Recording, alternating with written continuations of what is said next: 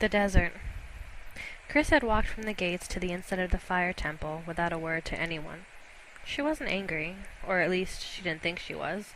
She just didn't know how to react. That man that she had just walked away from was a dear friend, and one she hadn't heard of in a very long time. She found the room she had taken for herself there on the opposite end of the hall from Dashton's room, and sat on the bed, still attempting to get rid of all the sand that had stuck to her skin. For some reason, the man's words sounded in the back of her head as she thought of her little training session earlier. You didn't do good, but you didn't fail either. It was much simpler words, exactly what happened in her time as leader, what had happened the night she was attacked, what had happened when Sean challenged her, and what happened again on the training field. 4 years later, and it felt like nothing had changed in the slightest. Story of my life, she muttered out. Chris wanted to be happy. She wanted to see this like Allie probably would, the return of an old dear friend. Not all was as simple as it once used to be, though, and she wasn't entirely happy with the man.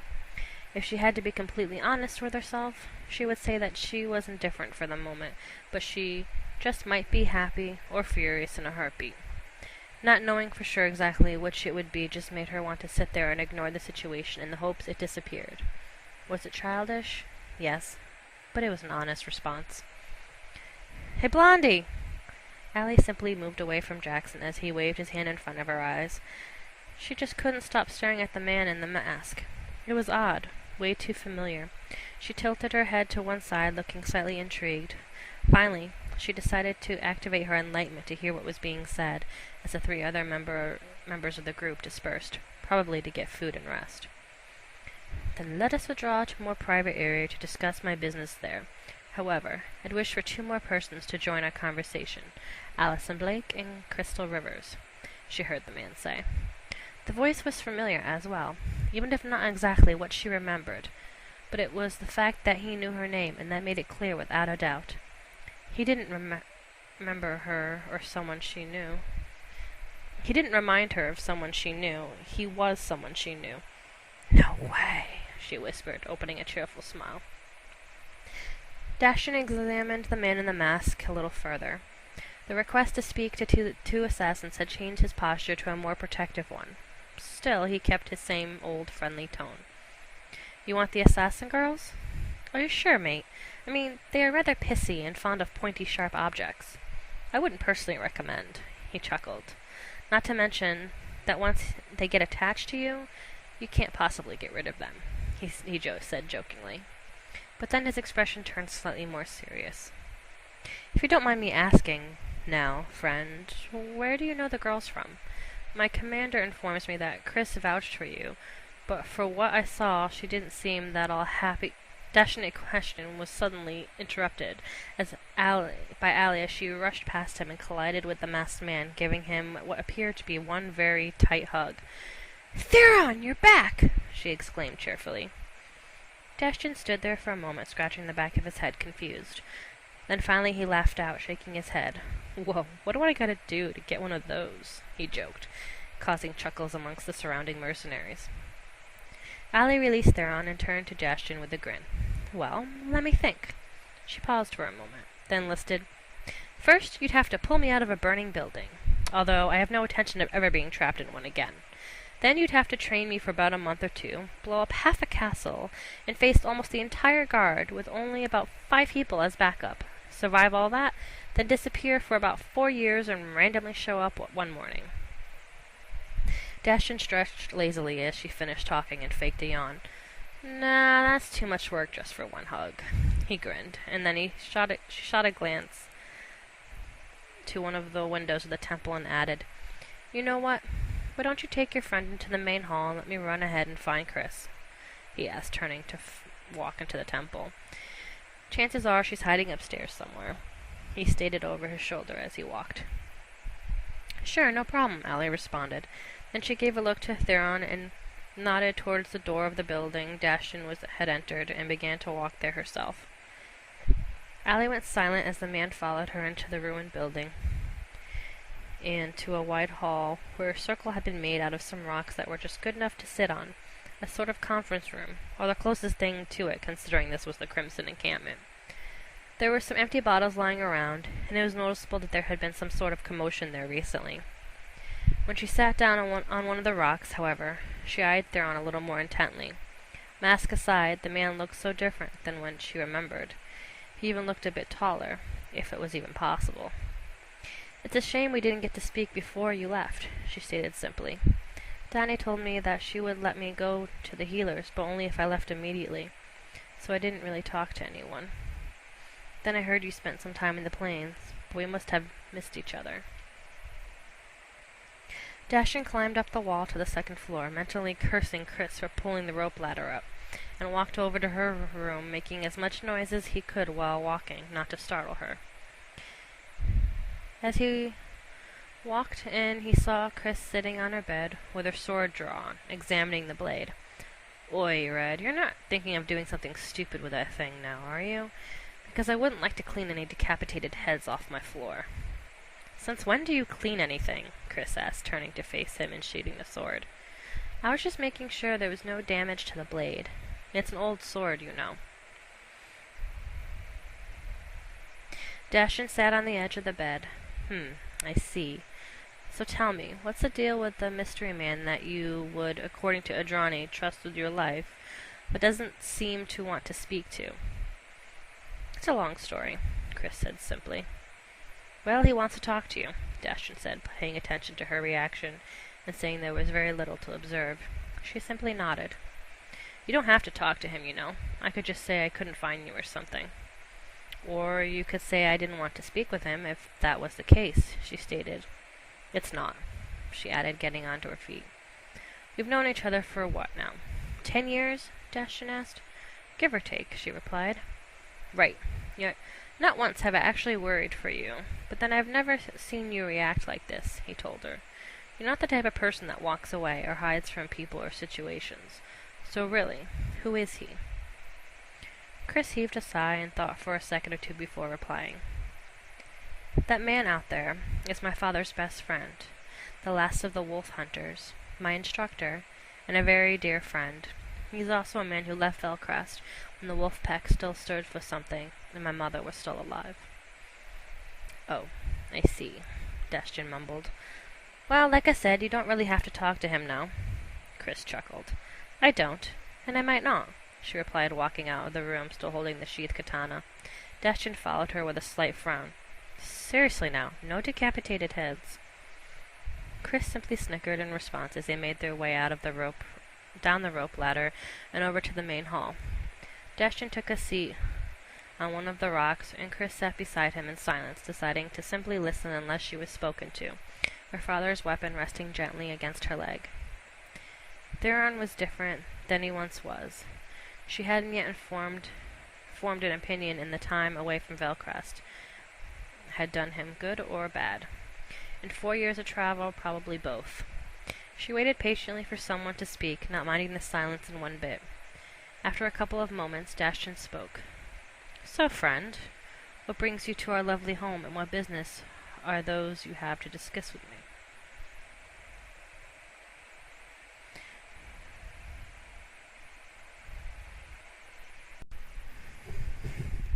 The ruins, White Shadow encampment. "So, are you really not telling me how this happened?"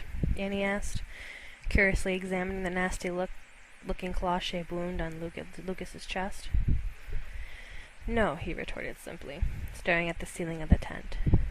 "Do we really need them?" he asked, giving an annoyed look at the 2 mercenaries standing by the entrance. "They're just protective. Ignore them," she stated simply. "How long ago was this?" "A couple of weeks, give or take," he replied, looking back at her and trying to look innocent. "Weeks? Why didn't you come to us sooner, Lucas?" she asked him with an angry look. "This looks infected." He chuckled. "You're cute when you're angry." Then he gave a slight shrug as she glared at him. "I've been self-medicating.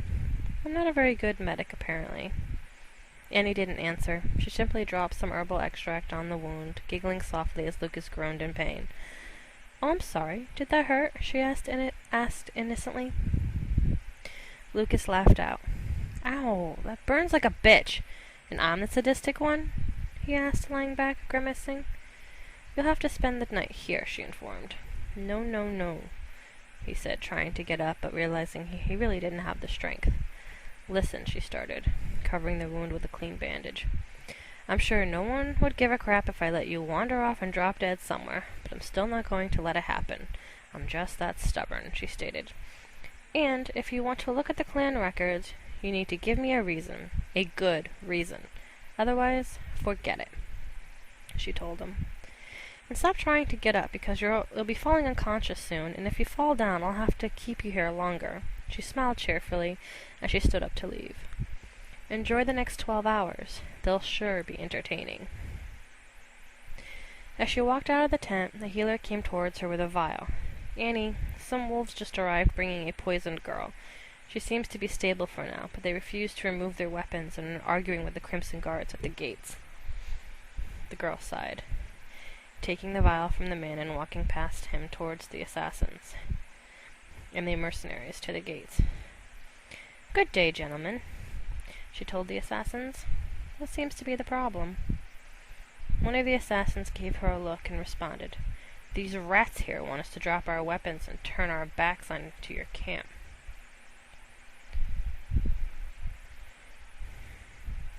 The hell we will, he exclaimed. You don't have to surrender your weapons if you wait outside our territory, Annie explained. Leave her with us and go back to your camp. Our orders are to stay with her, one of the men argued and tried to pass, but one of the mercenaries pushed him back. As the assassin drew his blade, Annie put herself between the two men. Stop this now, she told them. The mercenary hesitated, but the assassin stepped closer to the girl and pointed the knife in her face. Who are you to give me orders, little girl? As he spoke those words, the assassin jumped back as flames arose from the ground between him and Annie. The girl turned and gave a severe look to one of the healers. Isaac, that's enough! Then she turned to the assassin and said, I spent a lot of my time at your encampment, assassin. I know Sean, and I know for a fact that he will have you all killed if his sister dies, while you're standing here arguing. And believe me, I will let that happen if you don't comply. The assassin glared at Annie for a moment before finally giving a nod in agreement. The two healers moved to carry the girls into the tent. Annie smiled. Wise decision, gentlemen. Now tell your leader I will be treating his sister myself, and she will be as good as new in a couple of days. New Haven, early evening. Jake rode from the plains to New Haven as slowly as he could. The trip in itself was uneventful. Not to say dull, but it gave him time to think. He thought mostly of his friends, wondering how they were, and remembering when he last saw them. His hand instinctively moving towards the golden locket, hanging from the chain around his neck. He sighed, shaking his head to push the thoughts away as he crossed the city gates. Giving a few words to the guards and showing the envelope with the white shadow seal was enough to get him into the city, and it would probably be enough to get him into the castle. It was odd to wander these parts without being invisible for a change. After finding a place to leave his horse, deciding not to walk while in the city, he walked the streets for a little while until he reached a small, innocent-looking inn. As he reached the place, a small bell rang announcing the customer had arrived. There was a man and a woman tending the bar, and some people sitting at the tables. Jake stood in front of the bar and placed both hands on the counter, leaning forward and smiling pleasantly at the female barkeeper. Evening, miss, he greeted, putting 2 gold coins on the top of the counter. Would you be ever so kind as to serve this traveler some nice ale? The woman served Jake the ale, taking the gold, and leaned over the counter. Now, why hasn't this handsome traveler shown up in such a long time? It does get lonely here, you know. I've been busy. It's not easy to be a mercenary around these parts, he stated simply. Now, I have no doubt I've been missed, but I wouldn't be innocent to the point of believing you have been lonely, Sheila. You of all women. She grinned. Well, I haven't been waiting for you, if that's what you mean. She leaned a little bit closer and whispered, but I have been looking forward to your visit nonetheless. Jake smiled, drinking the ale and pushing the mug aside. Too bad I'm here on a job. I'd love to have time to waste with you, he stated. Well, honey, come back later if you do, she said, and without warning grabbed him by the collar, pulled him close, and kissed him. Once the woman released him, Jake simply nodded. "I'll be sure to stop by more often, that's for sure," he told her with a smile before turning to walk away with a simple "Take care now," as a goodbye. After walking out of the inn and walking a far distance, Jake sighed, patting the inside of his cloak to check the envelope that had been planted in his pocket. Some nice info on the wolf pack. It had taken him over a year to find a reliable informant and work out a system to get information from her to him right under the noses of the assassins and customers alike. Sure, it involved a little role-playing, but it was a small sacrifice to make. Reaching the castle gates, Jake knew he could just show Annie's letter and allow himself to be escorted in. But he decided he'd sneak in instead. If he was lucky enough, he could drop the letter off and leave without being spotted. It was for the best. Activating his enlightenment, he quickly made his way to the Blackguard's barracks, thinking that it'd be a safe guess as to where Marjorie would be. Turns out it was a damn good guess, but not necessarily a safe one. Once he reached the common room, the sounds of commotion reached his ears. As he wandered into the room, he caught the oddest of scenes. Marjorie was, in fact, although she seemed rather tied up at the moment, fighting with another woman he had never seen before. Not knowing whether he should intervene or not, by the time he managed to think of a reaction, the unknown woman was getting her head smashed against the ground, at which point Jake simply couldn't help himself. Letting out a loud cough, he made himself visible and spoke, waving Annie's letter playfully. "Hey, Captain, I have a letter for you, but I can see you're rather busy. Should I come back later?" New Haven. Sham growled in frustration. She really thought that she was going to get the captain this time. The woman had been completely distracted. She should have been surprised. Marjorie's knee was planted firmly in the middle of her back, and any more pressure on her arm, and it would be dislocated. She was about to admit defeat when a strange male voice intruded. "Hey, Captain, I have a letter for you, but I see you are rather busy. Should I come back later?" Hopefully, she stayed still for a moment, hoping that Marjorie would get distracted. She felt the captain's weight shift just a bit as she cheerfully replied, "Jake? Hold on, I'll be with you in—" Sham thrashed violently, turning so that she faced into the hold that Marjorie had on her arm. It worked up to a point. Her arm was in no more danger of being dislocated, but now Marjorie had a tight grip on her neck and was steadily applying pressure. "Sham, you know the rules. Now yield, or it gets twice as bad." Sham sighed and finally yielded. Marjorie released her grip, and Sham gratefully drew in a deep breath of air. Looking up, she saw Marjorie walk over to someone with long black hair, with a rather interesting scar over one eye. Oddly enough, the captain seemed really happy to see this stranger. Sham got up and perched on one of the few tables still standing, grabbing a piece of fruit and biting into it. "Hey, Captain, old boyfriend?" She leaned over and took a good look. Actually, the stranger seemed a bit young for Marjorie. "No, wait, boy toy? Raise him up right?" Marjorie choked on something that sounded a lot like a laugh and turned so that she faced both of them. "No, an old friend is all, Sham. This is Jake. Jake, this is Sham, who I foolishly have taken into the Knights a couple of years back." She looked over at Jake. "It's been, 3 years?" Sham stretched, wandering over the open window. "Are you sure he's not a friend?" She sketched quotes in the air.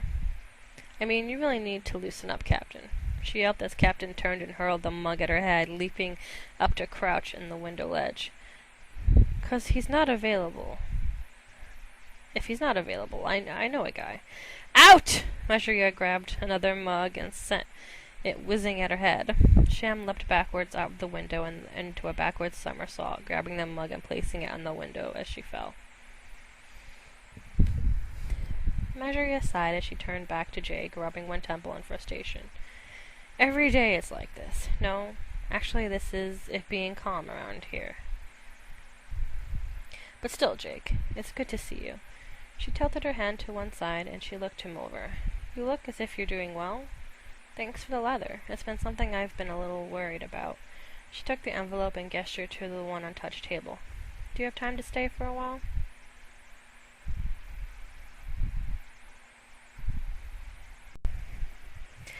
The desert. Azuzad sat silently in a remote corner of the Bright Vale ruins, his eyes shut as he tried to clear his mind. Something was bothering him, that much was obvious, but he couldn't place his finger on it. He opened his eyes after a few more moments and slowly fixed them into a dune. Always in the desert sun, never in the forest shade, he sighed, as his thought slipped through his mind. He ran his fingers through his slicked black hair, pushing himself up with the other. He took one last look over the desert, looking over the rolling dunes. He spun around and walked off towards the middle of the camp. There has to be something interesting going on somewhere. A grimace escaped under the face wrap. If only I were that lucky. He scoffed at his own words as he strode into the base more. The noise of people doing their routine chattering, the call of visiting merchants, and even some mercenaries doing some training swung through Azo's ears and mind. Heh, so far. So damn boring, he noted with a disappointed shake of his head. Hey there, Azo! Someone called out from Azo's left. He waved in the general direction of the voice and kept walking. The hand fell back down to his side before he pulled up both his hands to rest on the hilts of his blade. Azo blinked as his feet were talking in a small merchant tent. He shrugged and reached over to a pouch in his belt to pull out a few coins and place them on the counter. Yeah, the usual, Azo muttered, before sitting down on one of the 3 stools at the counter. I'm guessing you aren't having any luck with finding a new contract? The ale merchant spouted. Well, I can't blame them. Your work isn't worth the coin. Azo grinned. Saved your ass more than a few times, you old sack of bones and pissing trouble.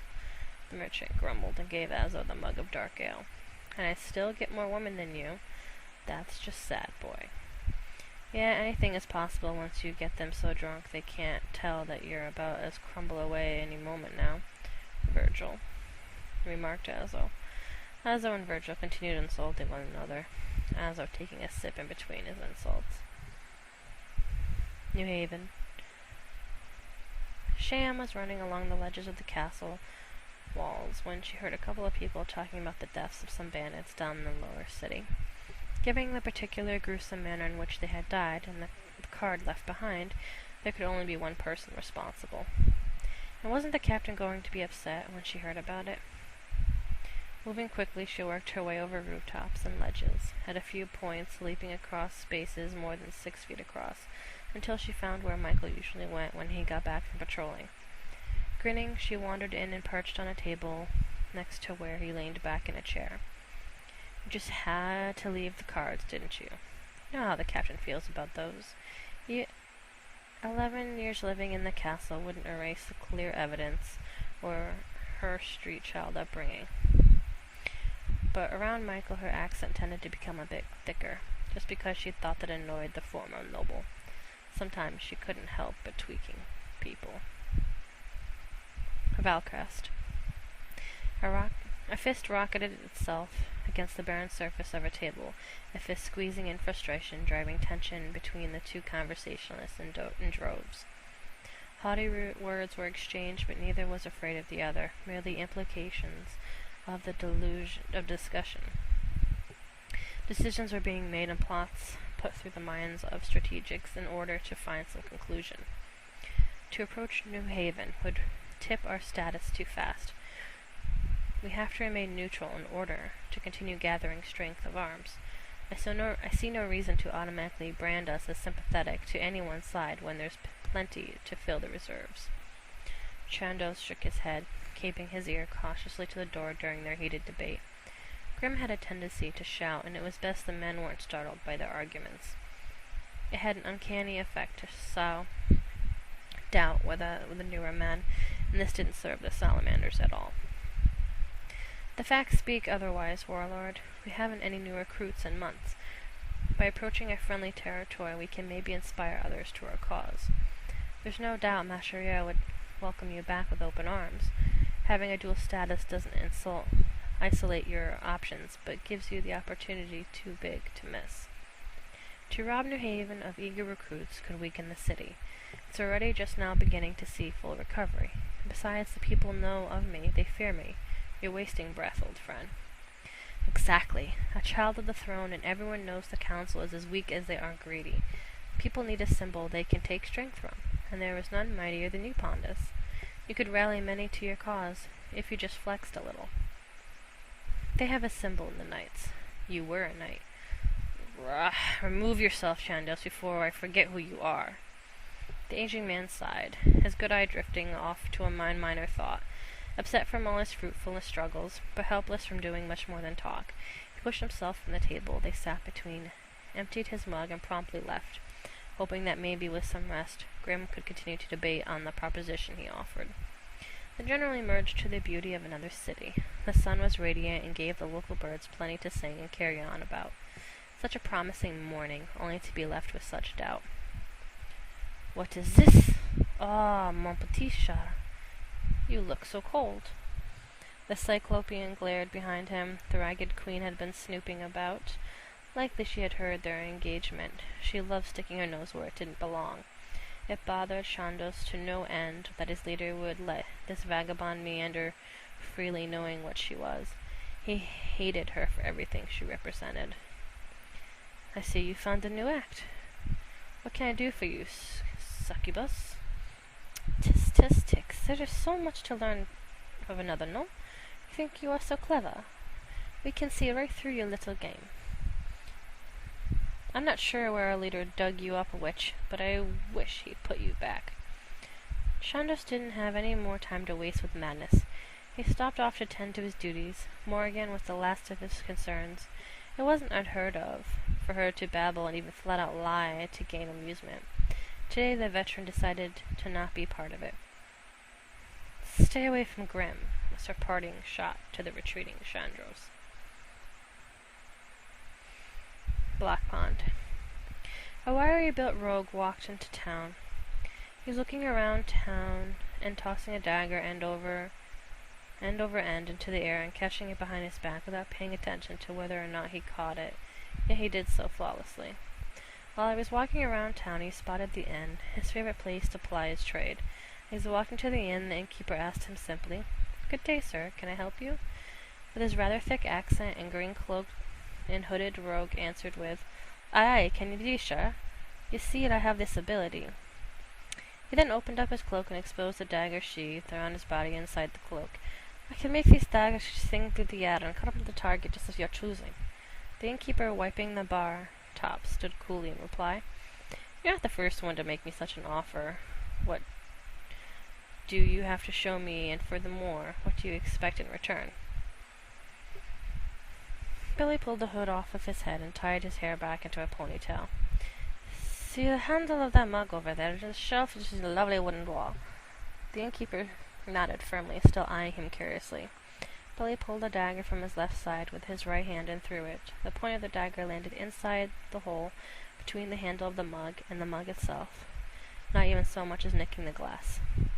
The innkeeper smirked, now folding his arms across his chest. "Just what do you expect in return?" Billy smiled like a cat and just ate the canary and said, "Well now, if you'll bring a crowd and I attract enough numbers, all I want is really looking for a place to stay in return for your services."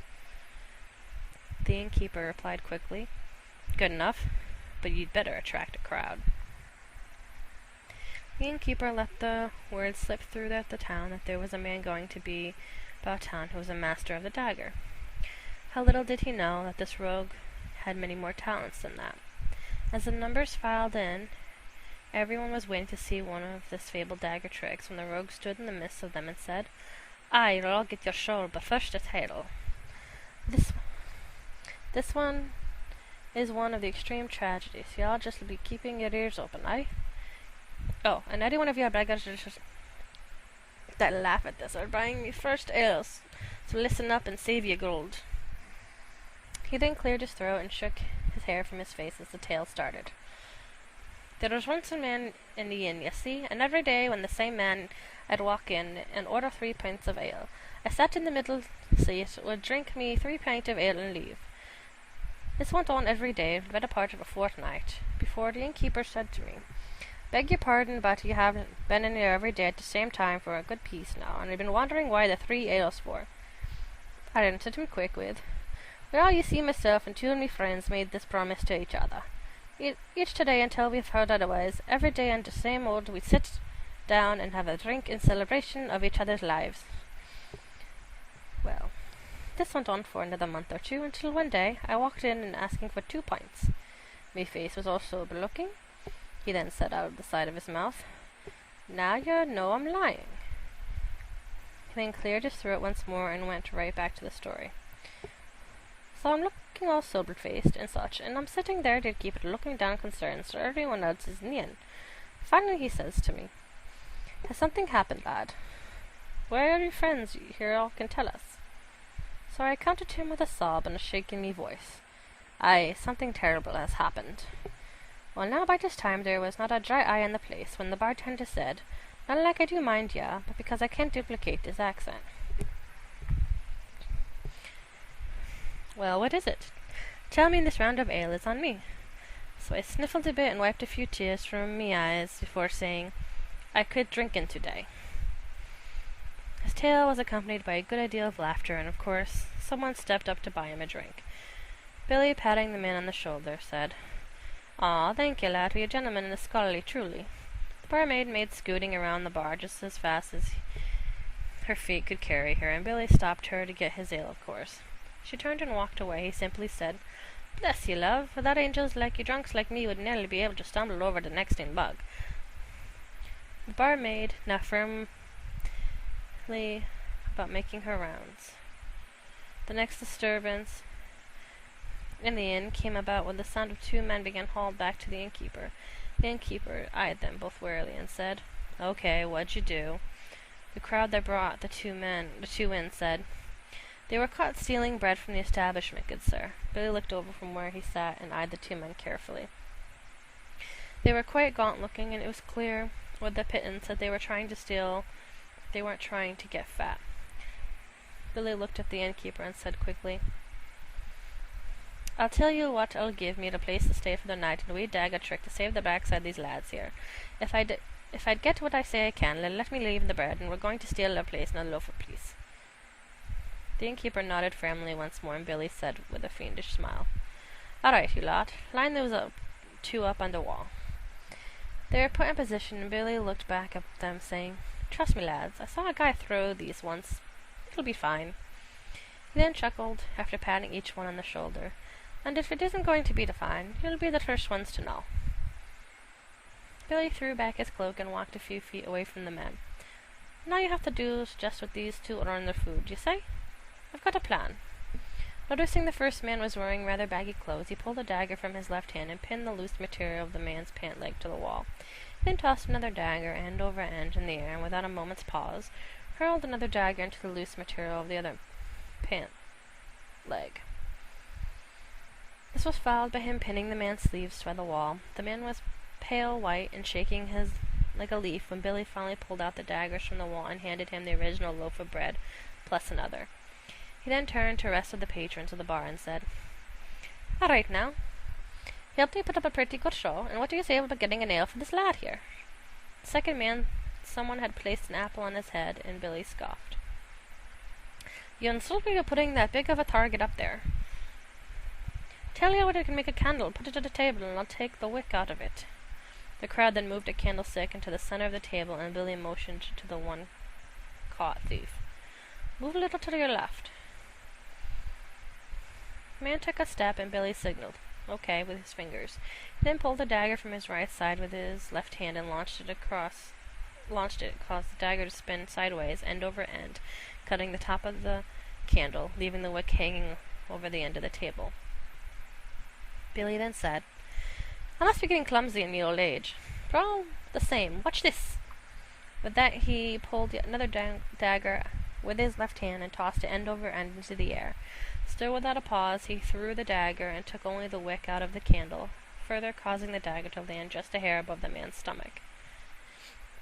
He then turned and bowed to the crowd, and after making sure that the other man was just compensated, Billy walked toward the forest, singing, "Her name was Lola, but I called her Rose, that broke her heart, and then she broke me nose."